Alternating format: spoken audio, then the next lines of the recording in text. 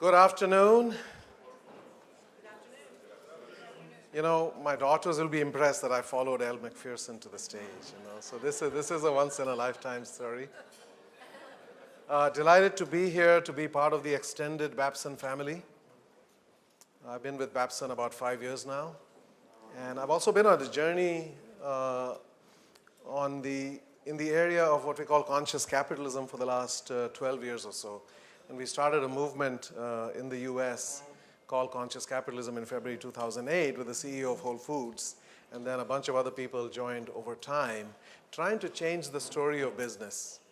That the old narrative does not inspire, does not motivate in the way that it needs to, and it doesn't really tap into the full power and beauty of capitalism and what capitalism can in fact do. I think Roger Babson's words were actually quite beautiful, saying business really exists as a vehicle of service to humanity. And I think we need to reconnect with that idea. And that idea actually has no limit. There is no limit to our consciousness, and there is no limit to how much positive impact business can have in the world. And in fact, if not business, who's going to do it? No other institution in society is able to do that. Just very briefly, for those of you who don't know about conscious capitalism, this has 4 basic ideas. It asks the question, why do we exist? There should be a higher purpose. What do? We create value not only for shareholders, but for employees, for their families, for customers, for communities, for the environment, for the future. Who are we as leaders, the people who care about the purpose of the organization and care about the people whose lives we touch? And how do we operate? We create workplaces that are filled with trust and transparency and actually caring for human beings rather than be driven by fear and stress. So those are the fundamental pillars. As I said, we've been around about 10 years as a movement. We're in 15 countries and 35 US cities now. And for me, it's an ongoing journey to explore the higher reaches of what this can mean. And with that, I've come to the belief, and I was using the acronym HEALING for purpose. I believe every great purpose needs to be a healing purpose. That in some way we need to alleviate suffering and increase joy in the world through our business, whatever that chosen path might be. But I've come to think about that even more deeply as, in fact, something that can characterize an organization, that business, in fact, can be a source and force for healing in the world. And we do need that. We have made a lot of progress in the last couple of 100 years due to capitalism. Per capita incomes have gone up 1,500%. Life expectancy has more than doubled. Literacy has gone from 13% to 87%. Violence has declined. Wars have declined. All kinds of good things have happened in the world. And yet, it is completely accurate to say that we still live in a world of extraordinary amounts of pain and suffering. And all you have to do is open your eyes and your hearts, and you will see that tens of thousands of children died today of preventable causes, that 45 million Americans over the age of 18 suffer from debilitating anxiety,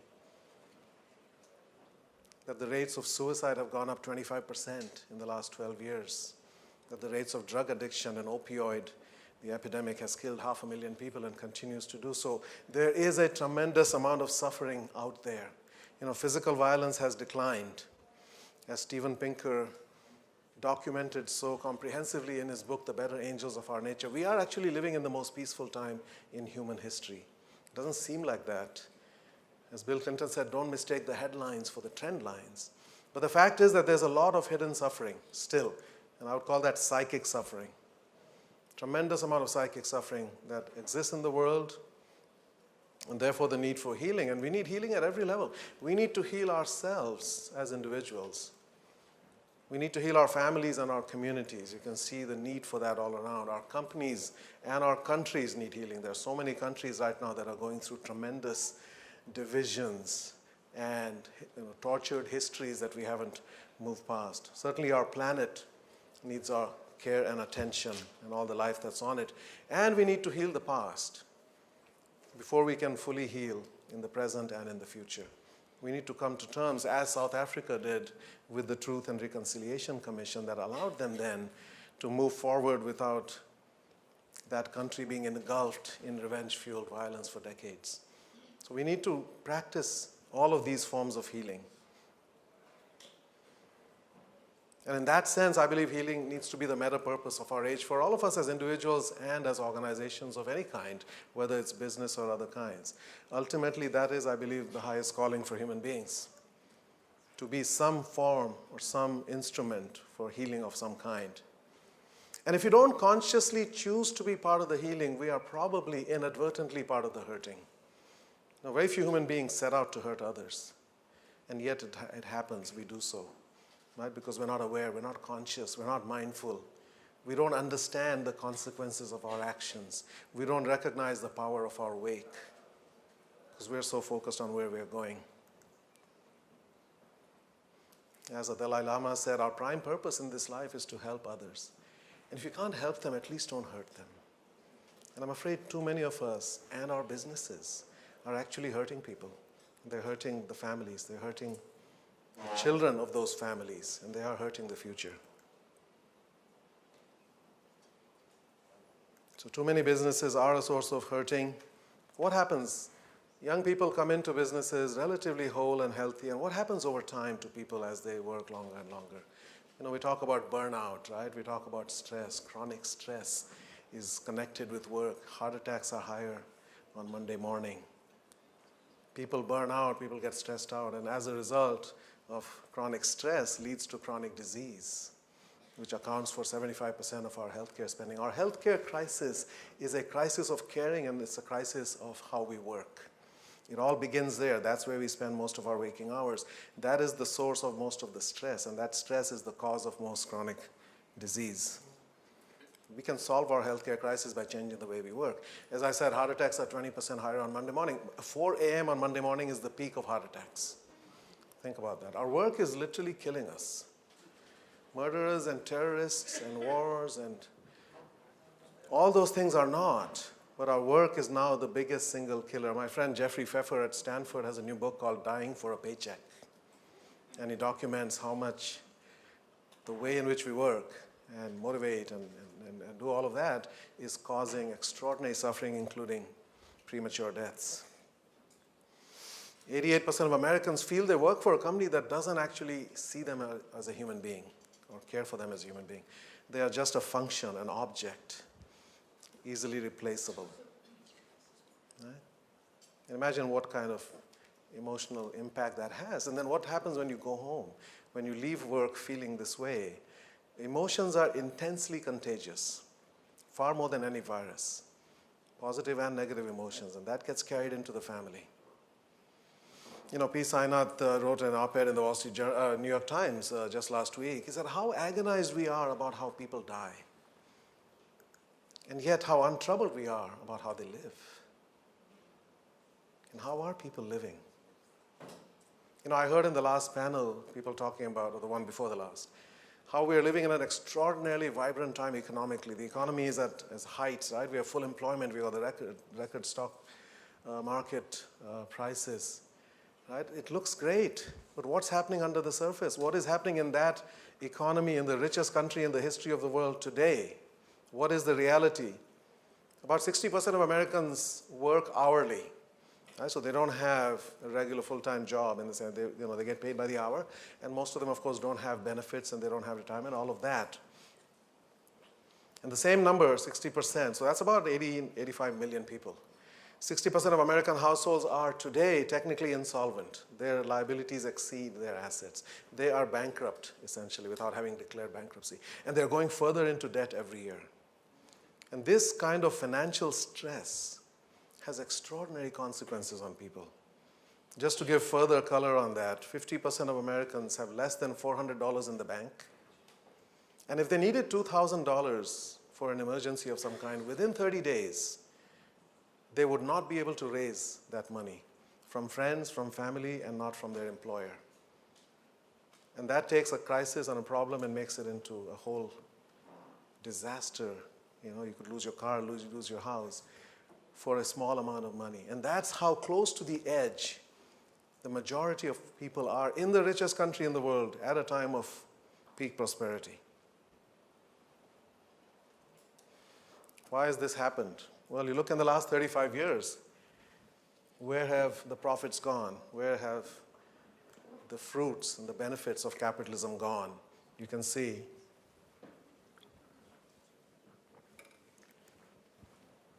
that worker pay has barely risen, whereas executive pay has skyrocketed. This is not the way this system is supposed to work.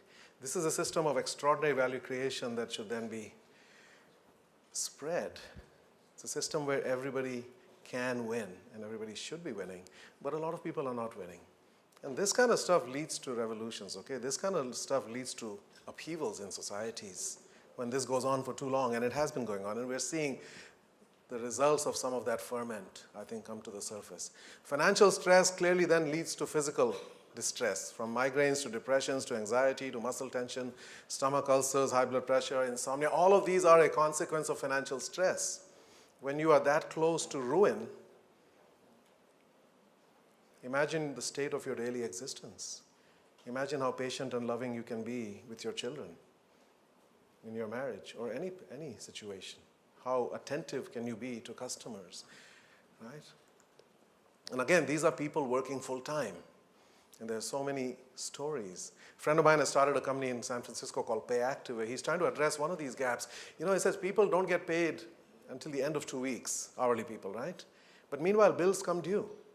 Rents and all come due early in the month. So maybe they have enough to get by, but the money doesn't come in at the right time. So they end up going to payday lenders, for example, at exorbitant fees, and then if they can't pay back, exorbitant interest rates, which just compound and multiply, and before you know it, it's a disaster. So they've stepped in a very simple way to say, you know what, you're actually lending money to the company for those 2 weeks because you've already done the work. Company's holding on to the money. So they come in and they've agreed with Walmart, and now I've got them with Whole Foods and many others, to say for a $5 fee, you have access to your next paycheck. You don't need to go to a payday lender. Right? It's a win-win. Companies, it doesn't cost them anything.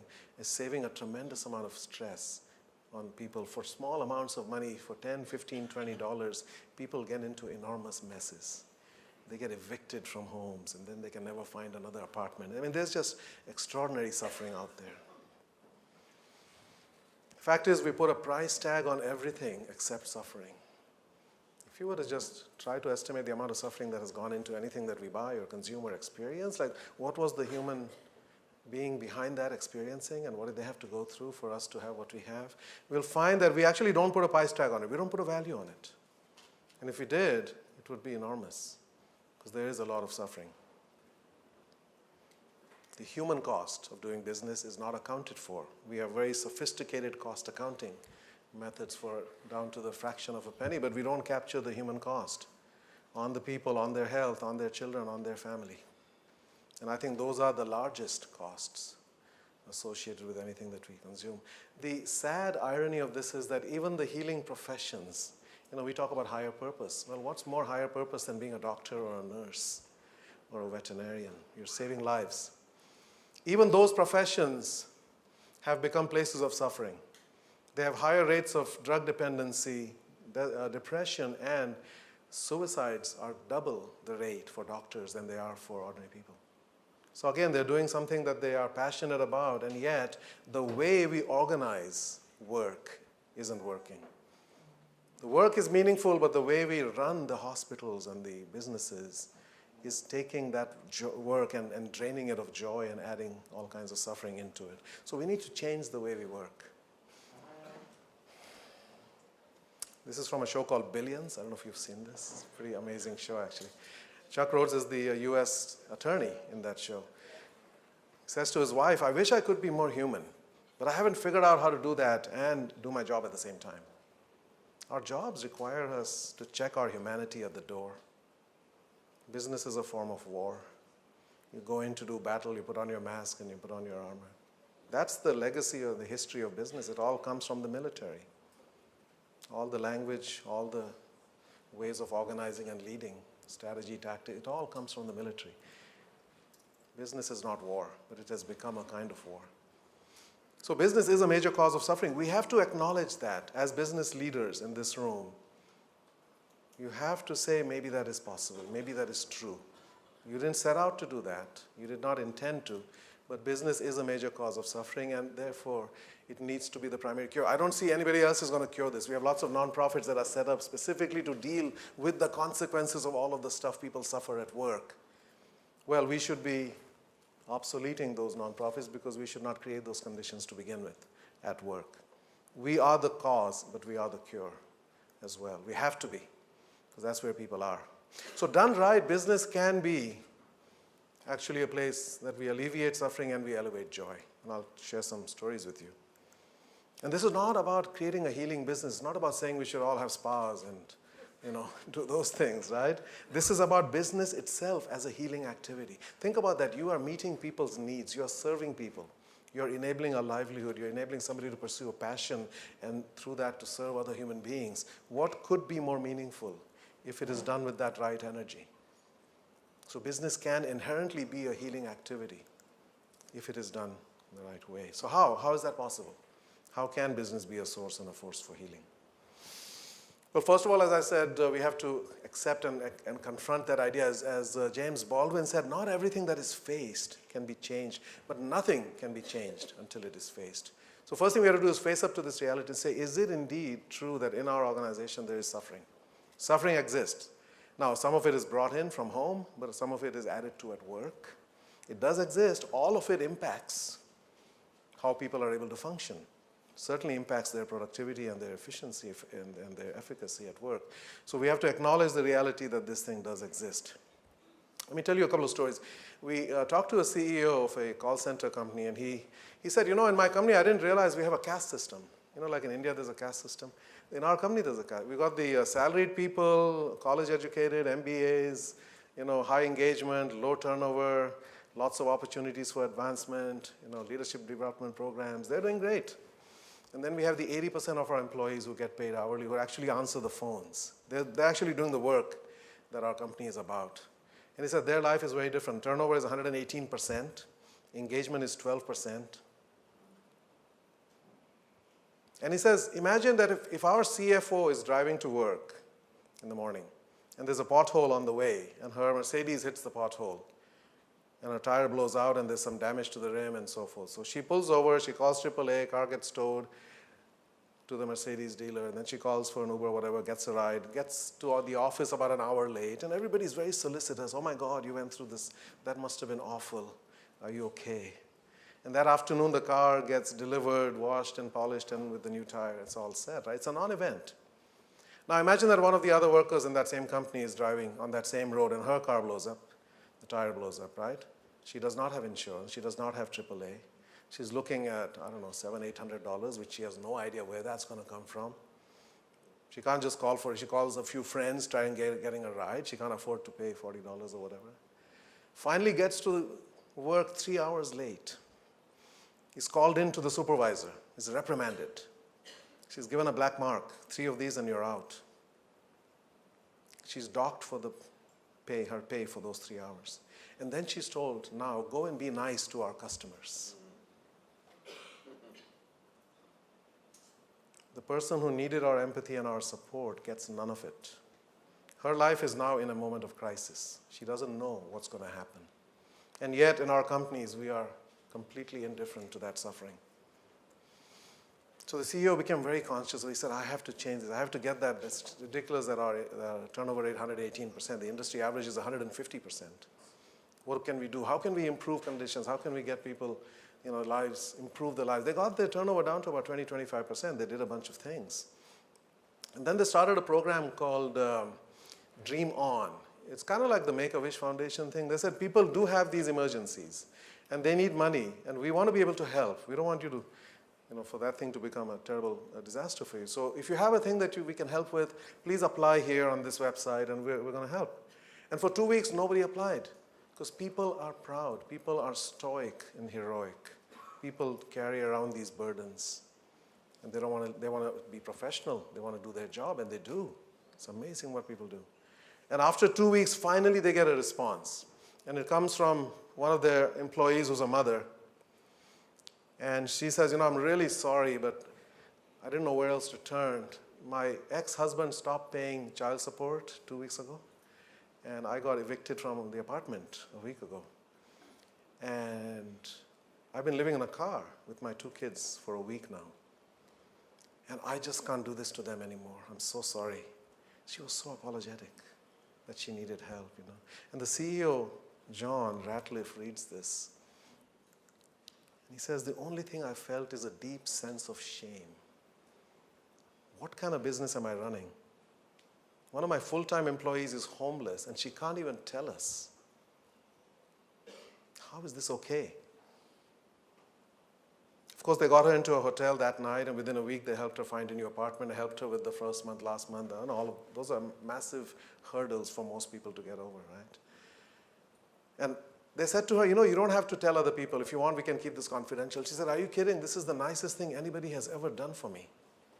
I'm going to tell everybody I know. And they did, and before you know it, the floodgates opened, and so many stories came pouring out. So many other people were homeless. Other people were dealing with all kinds of things, from kids with special needs to elderly parents to evictions. There's a book called Evicted that won the Pulitzer Prize last year. The level of evictions in the US, city of Richmond, 16% of people get evicted every year. And building your life back after that, all your furniture's on the street corner. We can't even imagine that, okay? So there's an awful lot of this.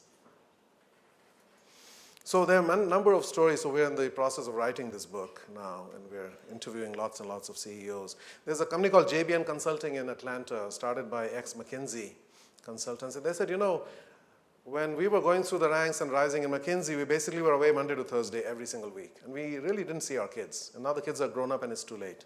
And that seems a pretty high price to pay to be a consultant. So they started a consulting company where the norm is all clients are local. You don't need to travel for work because children are our stakeholders in this business. Consciously, they've identified children as stakeholders. That's too high a price to pay.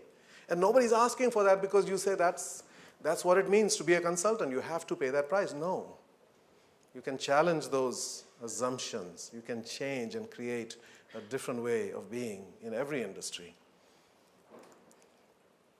The CEO of Aetna, Mark Bertolini, went through a terrible accident, broke his neck and before he became CEO. And then later on, because of mindfulness and meditation and all kinds of healing practices, he was able to recover full functioning. And he said, you know, all of this benefited me so much. I want to make it available to all my employees. And they did. And they saw a huge impact. Healthcare costs went down, well-being went up, all kinds of things went up. They actually raised the pay to $16 an hour from $12 an hour. Their healthcare budget costs had gone down. They were able to do all these things. As he said, if we can create a healthier you, we can create a healthier world and healthier company. You know, there are things America is amazingly outstanding at, and then there are things that I would say are the shame of America. One of that is the prison system. 5% of the world's population, 25% of the world's prisoners are in the US. And that's a massive number of people. And what happens? In the US, there are 70 million people today with some kind of a criminal record, the same number that have a college degree, because of this overzealous legal system that we have, judicial system, right? 70 million with some kind of criminal record, 70 million that have a college degree. Same number. Think about that. Now, there's a box you have to tick in a job application form. Have you ever been, right? Those 70 million people are then locked out of most jobs because most companies don't want to hire people like that. So how are they going to get back? They've paid their dues. It was a non-violent offense. They went to jail. They did the fine. And now I don't have a chance. So Greyston Bakery was started by a rabbi in Yonkers. And he said, I want to give people a first chance. He said, there are people in our country that don't even get a first chance. Forget about a second chance. They grow up in terrible neighborhoods with lousy schools, and they have no opportunity to get out of that. They're surrounded by drugs and violence.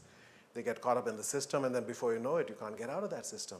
This young man, Dion Drew, came to our conference along with the CEO, and he said, you know, I've been in jail 3 times. Last time for 3 years, and then I was out for months looking for a job, and nobody would talk to me. And finally, I found Greyston Bakery, and I got a job there. Now I have an apartment, and I have a 3-year-old girl. And he had tears in his eyes. He said, if it weren't for this company, I would be dead or I would be back in jail. That's the power and impact that a business can have. As the founder says, we don't hire people to bake brownies. We bake brownies to hire people. Business is a means to an end of human flourishing. And every business can be thought about that way. Business can heal communities. You know, after the recent hurricane in Houston, what's it called, Harvey? Hurricane Harvey, I think. So there's a grocery chain in Texas called H-E-B. And this company is legendary. They have their own emergency response system where they have people 365 days a year, 24 hours a day working on the next disaster. And they get there before FEMA and Red Cross when something happens. They are in the community within hours. And this has been their record for a long time. And they do all kinds of things, from feeding first responders to making sure their stores open literally within a day or two and stocked with the right things, and they have helicopters that they use to drop stuff, all kinds of stuff. They are completely embedded in that community. And this company was started by the grandmother of the current chairman, Charles Butt. It has her caring energy in that company. And I talked to the CEO, he said, my directions from the chairman of this company, he said, please, pay our people as much as you can, not as little as you can. This is the company with the lowest prices of any grocery chain in Texas and the highest wages. It's kind of like Mercadona, the experience we had in Valencia yesterday. Those things are not contradictory. You pay people well, treat them well, all kinds of business benefits flow from that, right? So again, a company that's healing its people and healing its communities. We interviewed we saw this guy on TV actually and then interviewed him. He runs a software company in Kentucky, coal country, where people have lost jobs, and those jobs are not coming back, despite what some people think. And he was outsourcing a lot of software development to India, as a lot of these companies do, but he looked around him at all these people just hanging around with nothing to do, and he said, you know what, I'm going to train them to code. And he started a program to convert coal miners into coders. And then he gives them jobs, good paying jobs, right? And as he says, Kentucky Coal powered the nation for the last 100 years. Kentucky Code will do the same for the next 100. Again, healing a community using his business, making a difference. Certainly, healing the environment is a huge, huge responsibility of business, because what's causing damage is the way we produce things. Pollution kills 9 million people every year. And that's 15 times more than wars and terrorists and civil strife and all this combined. And business is the source. The way we produce is the source of most of that pollution. Doesn't have to be. If you have the desire and intention, you can actually eradicate most of that pollution. You just have to want to do it. Human creativity is unlimited once you give people an inspiring purpose and set them free. Our societies are divided tremendously. Business can be the healing agent. I was in Israel a couple of years ago and went to Haifa, and there are all these businesses, entrepreneurial ventures started by people that employ Arabs and Jews working next to each other. There are many parts of the world where businesses are the ones that are breaking past the religious, the ethnic, the tribal, all of that, right? To say we can all be part of this thing together. And business can also play a role in this left-right divide, which has never been deeper than it is right now in the US. Why? Because if you think about it, what gave rise to socialism, Marxism, militant unionism, communism? Those things never existed on this planet until we had industrial capitalism. And industrial capitalism operated in such a way where people were treated as objects and working conditions were horrendous and people were dying on the job. For example, at Carnegie Steel, 10% every year. No wonder it caused this backlash. Unconscious, low consciousness capitalism, purely focused on money, gave rise to all of these things. And therefore, in order to respond to that, we have to change the way we practice capitalism. None of those things. Unions are not necessary when workers are delighted and happy and engaged and productive. Nobody even thinks about any of those other things. So we have to play a larger role. Finally, whether we are a healing organization or hurting organization has almost everything to do with the leader. Leaders set the tone. What's inside the leader manifests outside. Philip Zimbardo ran the famous Stanford prison experiments, which were inspired by the experiments done at Yale earlier, right, where they tortured people with voltage, just trying to get them to do things. Asking the question, how do we get ordinary people to do terrible things to other people? Well, how does that happen? Certainly in the Holocaust, etc. And as he said, all evil starts with 15 volts. You create a climate where it's okay to make other people suffer because somebody else is taking responsibility. That's what happened in the Milgram experiments. And he said, is it about bad apples? There's just a few bad people and therefore it's not a big, or is it that we have bad barrels which are causing those apples to go bad? Or is it that we have bad barrel makers? That's the leader. That the person who designs the system and the culture is the one that's going to cause, human beings are capable of being on this side or this side. We have our higher angels, we have our demons. Leaders are the ones who bring out either the best in us or the worst in us. You operate from fear, everybody's going to be down there. Dog eat dog, that's kind of where we are in most businesses. So the macrocosm is a reflection of the microcosm. What's inside manifests outside. And my favorite philosopher says, fear is the path to the dark side. Fear leads to anger. Anger leads to hate. Hate leads to suffering. If you have leaders who are rooted in fear and operating from that place, that's going to create extraordinary suffering. And as John Kenneth Galbraith said, all great leaders have one characteristic in common, the willingness to confront unequivocally the major anxiety of people in their time. And these anxieties, the financial insecurity and all these other things, these are the anxieties of people in our time, being treated as objects, not being valued, respected as human beings. Human dignity, as the Pope says, needs to be at the center of everything that we do. And if you think about it, if you know that there's a better way to do something that does not inflict suffering and actually elevates business performance, it is unconscionable for us to continue operating in the other way. We talk about medical malpractice. Well, this is leadership malpractice. Why would you do that when there's a better way that doesn't cause those irreplaceable costs on people and their families? It's finally time to give love a chance in the world of business. That's really what conscious capitalism is. Can you build businesses on love and care, not just on self-interest alone? And it's later than we think. There's a line in Hamilton, the play that's all the rage in the US right now. Alexander Hamilton wrote 26 of the 52 Federalist Papers in 6 months. And he was writing like a man possessed, right? And one of the songs in there says, why do you write like you're running out of time? You write day and night like you're running out of time. Every day you fight like you're running out of time. He said, I don't know, but I have a sense of urgency about all this. And I think we're at a time where we need to have a sense of urgency about all this because we see where the world is today. In some ways, we're going backwards. We thought we were in a right trajectory, right? There's a sense of urgency.